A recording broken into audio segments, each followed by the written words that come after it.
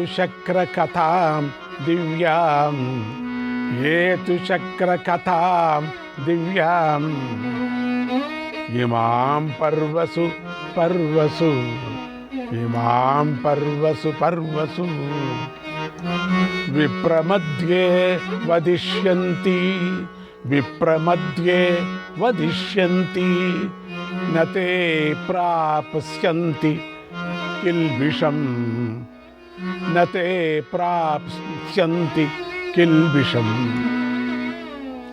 ఈ ఇంద్రుడికి సంబంధించిన కథను ప్రతి పర్వంలోనూ విప్రులు వింటూ ఉండగా చెప్పిన వారికి ఎలాంటి పాపము అంటదన్నాడు భీష్మ పితామహుడు. శ్రీకృష్ణాయ పరమాత్మనే నమః. 283వ అధ్యాయం. భీష్ముడు ధర్మరాజుకి ఇలా చెప్పాడు, ఓ ధర్మరాజా, నువ్వు జ్వరం అంటే శక్తి ఎలా పుట్టింది అని అడిగావు కనుక దక్షుడి యాగఘట్టాన్ని విను. పూర్వం దక్షుడు అశ్వమేధ యాగం ప్రారంభించి అందరూ దేవతలను పిలిచాడు, కానీ సతీదేవిని పిలవలేదు. అందుకు సతీదేవి బాధపడి శివుణ్ణి మరీ మరీ ఒప్పించి అక్కడికి వెళ్ళి అవమానం పాలై యోగాగ్నిలో పడి కాలిపోయింది. యోగాగ్నిలో అప్పుడు శివగణం దక్షుడు యజ్ఞశాలకు వచ్చారు. యజ్ఞశాలకు వచ్చి యజ్ఞాన్ని ధ్వంసం చేశారు. యజ్ఞం మృగరూపాన్ని ధరించి ఆకాశానికి ఎగిరిపోయింది. దాన్ని చూసి శివుడు ధనస్సు బాణాలు పట్టుకొని వెంటబడ్డాడు. అప్పుడు ఆయన నుదుటికి చెమట పట్టి నేల మీద పడింది. దాని నుండి ఒక భయంకర పురుషుడు పుట్టి దక్షుడు యజ్ఞశాలను సర్వనాశనం చేశాడు. అప్పుడు బ్రహ్మదేవుడు శివుడి శాంతింపజేసి ఆ భయంకర పురుషుడికి జ్వరం అనే పేరు పెట్టాడు. శివుడికి యాగంలో భాగం కల్పించాడు. అందుకు శివుడు సంతోషించి లోకశాంతి కోసం ఆ జ్వరాన్ని విభాగం చేసి జంతువులకు చవటి భూమికి కూడా పంచాడు. ఈ శివజ్వరం మరణ సమయంలోనూ ప్రసవ సమయంలోనూ మధ్యలో కూడా వస్తుంది. దీనికి ప్రాణులన్నీ నమస్కరించవలసిందే. వృత్రాసురుడు ఈ శివజ్వరం వల్లే మరణించాడు. విష్ణు భక్తుడు కావటం వల్ల పరమపదాన్ని కూడా పొందాడు. ఇమాం జ్వరోత్పత్తి మదీన మానసక ఇమాం జ్వరోత్పత్తి మదీన మానసక పఠేత్ సదాయ సుసమాహితో నరక పఠేత్ సదాయ సుసమాహితో నరక విముక్తరోగః ససుఖీ ముదాయుతః విముక్తిరోగః ససుఖీ ముదాయుతః లభేత్ కామాన్ స యథా మనీషితాం లభేత్ కామాన్ స యథా మనీషితాం. ఈ జ్వరోత్పత్తిని ఏకాగ్ర చిత్తంతో ధైర్యంతో ఎప్పుడు చదివేవాడు రోగ విముక్తి పొంది సుఖ సంతోషాలతో కోరిన కోరికలని పొందుతాడు అన్నాడు భీష్మ పితామహుడు. శ్రీకృష్ణాయ పరమాత్మనే నమః. 284వ అధ్యాయం. ఇందులో దక్షుడు చెప్పిన శివ సహస్రనామం చెప్పబడింది. మహాభారతంలో 2 శివ సహస్రనామాలు ఉన్నాయి. మరొకటి అనుశాసనిక పర్వంలో వస్తుంది. దానిని ఉపమన్యు మహర్షి చెప్పాడు. ఈ శివ సహస్రనామాన్ని మనం చెప్పుకుంటున్నాం. అదే లోకంలో ప్రసిద్ధంగా ఉంది. ఇలా 2 శివ సహస్రనామాలు ఉన్నప్పటికి కూడా ఉపమన్యువు చెప్పిన సహస్రనామమే అన్ని క్షేత్రాలలోనూ అన్ని దేవస్థానాలలోనూ అందరూ పఠిస్తున్నారు. కనుక మనం కూడా దానినే మనం చెప్పుకుందాం. శ్రీకృష్ణాయ పరమాత్మనే నమః. 285వ అధ్యాయం. మానవుని కోసం చెప్పబడినటువంటి ఆధ్యాత్మతత్వం అంటే ఏమిటి, ఎక్కడి నుండి వచ్చిందో చెప్పండి అని ధర్మరాజు భీష్ముడిని ప్రశ్నించాడు. దీనికి భీష్ముడు చెప్పిన సమాధానాలన్నీ కూడా మనం భగవద్గీతలో చెప్పుకున్నట్లుగానే ఉన్నాయి. ఈ అధ్యాయంలో పంచతన్మాత్రాలు, పంచభూత లక్షణాలు, పంచభౌతిక శరీర లక్షణాలు, బుద్ధి, మనస్సు అనే వాటి గురించి, పరమాత్ముడిని చేరే విధానం గురించి ఇందులో చెప్పారు. శ్రీకృష్ణాయ పరమాత్మనే నమః. 286వ అధ్యాయం. ధర్మరాజు భీష్ముని ఇలా ప్రశ్నిస్తున్నాడు. ఓ పితామహ, లోకమంతా దుఃఖాలకు భయపడుతోంది, మృత్యువుకు భయపడుతోంది. అందుచేత దుఃఖము మృత్యువు లేకుండా ఉండే ఉపాయం ఉపదేశించు అని అడిగాడు. అప్పుడు భీష్ముడు సమంగ నారద సంవాదాన్ని చెప్పాడు. అందులోని ప్రధాన విషయాలను సమంగుడు ఇలా చెప్పాడు. నిత్యం ఎవడికి దుఃఖం కలగదు, అలాగే నిత్యం ఎవడికి సుఖం కలగదు. అందుచేత భోగాలను సుఖాలను కోరుకోకూడదు. దుఃఖం కలిగితే చింతించకూడదు.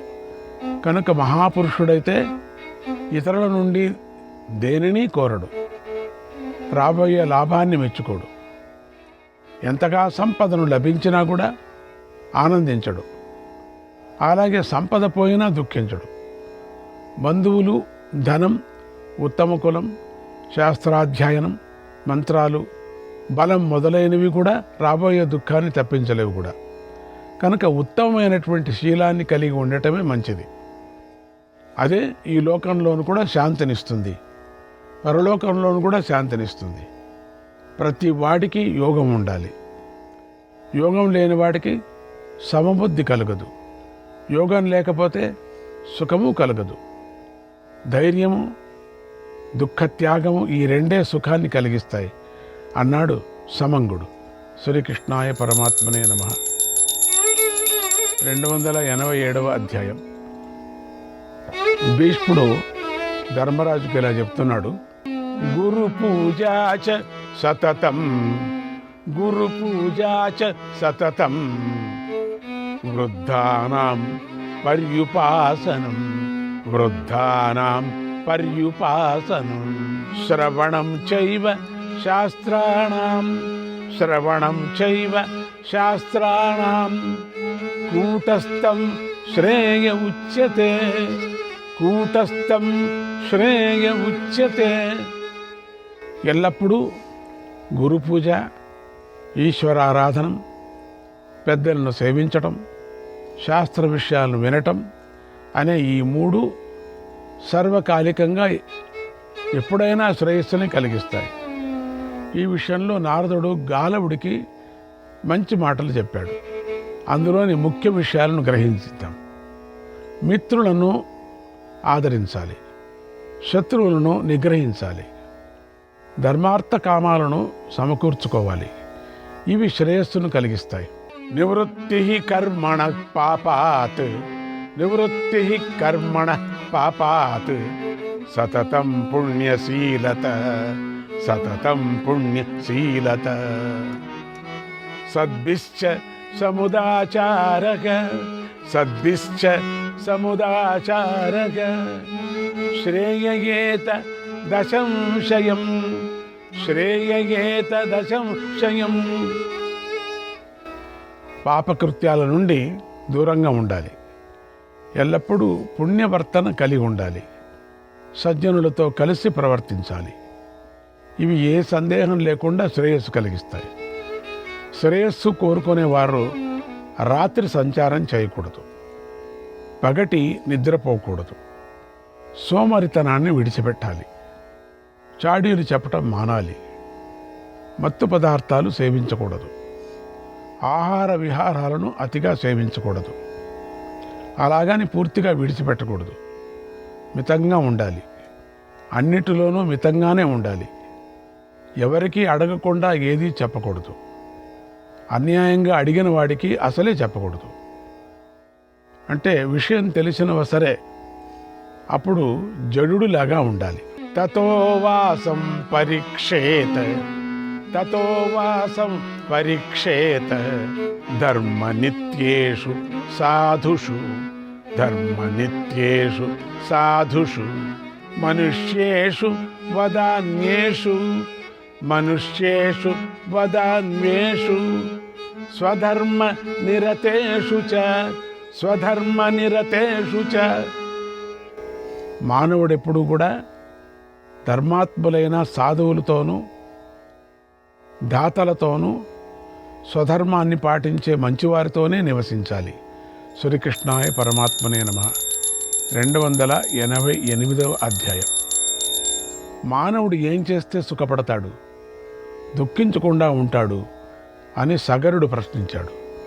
అప్పుడు అరిష్టనేమి ఇలా చెప్పాడు: ఆకలి దప్పులు, క్రోధ లోభ మోహాలు విడిచిపెట్టి సత్వగుణం గలవాడు ముక్తుడవుతాడు.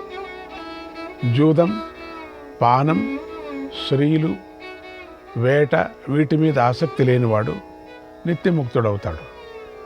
రోజు పగలు రాత్రి కూడా ఎంత అనుభవిద్దామా, ఎంత తిందామా అని ఆలోచించేవాడు దోషబుద్ధి గలవాడవుతాడు. సుఖ దుఃఖే సమేయస్య, సుఖ దుఃఖే సమేయస్య, లాభాలాభౌ జయాజయౌ, లాభాలాభౌ జయాజయౌ, ఇచ్ఛాద్వేష భయోద్వేగౌ, ఇచ్ఛాద్వేషౌ భయోద్వేగౌ, సర్వథా ముక్తయే వసః, సర్వథా ముక్తయే వసః. సుఖదుఖాలు, లాభాలాభాలు, జయాపజయాలు, రాగద్వేషాలు, భయోద్వేషాలు సమానంగా ఉండేవాడు అన్ని విధాల ముక్తుడవుతాడు అని బోధించాడు. ఈ బోధను సగరుడు విని ద్వేషం లేకుండా ఉండటం, మైత్రి, కరుణ మొదలైన మోక్షం ఇచ్చేటువంటి గుణాలను కలిగి ఉన్నాడు. ప్రజలను సుఖంగా పరిపాలించాడు. శ్రీకృష్ణాయ పరమాత్మనే నమః. 289వ అధ్యాయం. ఈ అధ్యాయంలో భీష్ముడు ధర్మరాజుకు శుక్రుడి కథను చెప్పాడు. పూర్వం ఉశనుడనే ఋషికి బాగా కోపం వచ్చి దేవతలకు శత్రువయ్యాడు. ఒకనాడు ఉశనుడు యోగ బలంతో కుబేరుణ్ణి వశం చేసుకొని అతడి ధనమంతా అపహరించాడు. అందుకు కుబేరుడు కంగారు పడి శివుణ్ణి ఆశ్రయించాడు. శివుడు శూలం తీసుకొని ఉశనుడెక్కడా అంటూ వెంటబడ్డాడు.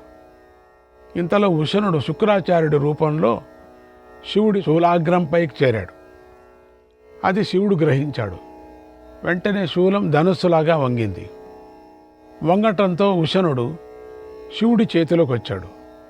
వెంటనే శివుడు ఉశనుణ్ణి గొటుక్కుమని మరింగేశాడు. తర్వాత శివుడు కోట్ల సంవత్సరాలు తపస్సు చేశాడు. దానివల్ల శివుడి పొట్టలో ఉన్నటువంటి ఉశనుడు తపస్సు కూడా వృద్ధి చెందింది. తర్వాత ఉశనుడు బయటికి రావాలి, శివుణ్ణి ధ్యానించి రేతస్సు వచ్చే ద్వారం నుంచి బయటపడ్డాడు కూడా. అప్పుడు శివుడు ఉశనుడికి వధిద్దామని శూలం ఎక్కిబెట్టగా పార్వతీదేవి అడ్డం పడి, ఇతడు మన పుత్రుడు, చంపటానికి వీలు లేదు అంది. నాటి నుంచి ఆ రోజు నుంచి కూడా ఉశనుడు శుక్రాచార్యుడయ్యాడు.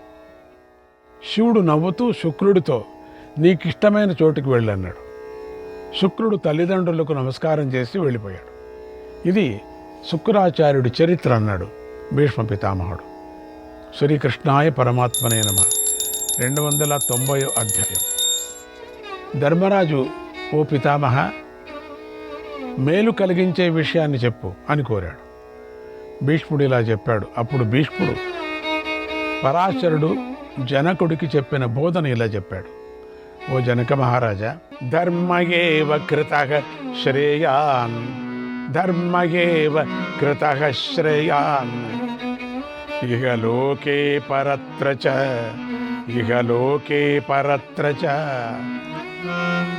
తస్మాద్ధి పరమం నాస్తి, తస్మాద్ధి పరమం నాస్తి, యథా ప్రాగుర్మనీషిణః, యథా ప్రాగుర్మనీషిణః, యథా ప్రాగుర్మనీషిణః. విద్వాంసులు ఇలా చెప్తున్నారు, స్వధర్మాన్ని యథావిధిగా ఆచరిస్తే ఇహపరలోకాలలో శ్రేయస్సును కలుగుతుంది అని. దానిని మించింది ఇంక ఏమీ లేదు. మానవుడు మనస్సు, కన్నులు, మాటలు, చేతులతో 4 రకాల పనులు చేస్తాడు. అవి ఎలా చేస్తాడో అలాగే వాటి ఫలాన్ని కూడా పొందుతాడు. ఇంద్రియ నిగ్రహము, ఓర్పు, ధైర్యం, తేజస్సు, సంతోషం, నిజం చెప్పటం, సిగ్గు, అహింస, ఏ వ్యసనము లేకపోవటం, సామర్థ్యం అనే 10 మానవుడికి సుఖం కలిగిస్తాయి. వివేకం గలవాడు బ్రతికినంతకాలం పాపపుణ్యాలలో ఆసక్తుడు కాకుండా తన మనస్సును భగవంతుడి ధ్యానంలో ఉంచటానికి ప్రయత్నం చేయాలి. నాయం పరస్య సుకృతం, నాయం పరస్య సుకృతం, దుష్కృతం చాపి సేవతే, దుష్కృతం చాపి సేవతే, కరోతి యాదృశం కర్మ, కరోతి యాదృశం కర్మ, తాదృశం ప్రతివిద్యతే, తాదృశం ప్రతివిద్యతే. జీవుడు ఇంకొకడు చేసిన పుణ్యపాప కర్మలను అనుభవించడు. తాను స్వయంగా ఎలాంటి పని చేస్తే అలాంటి ఫలాన్ని పొందుతాడు.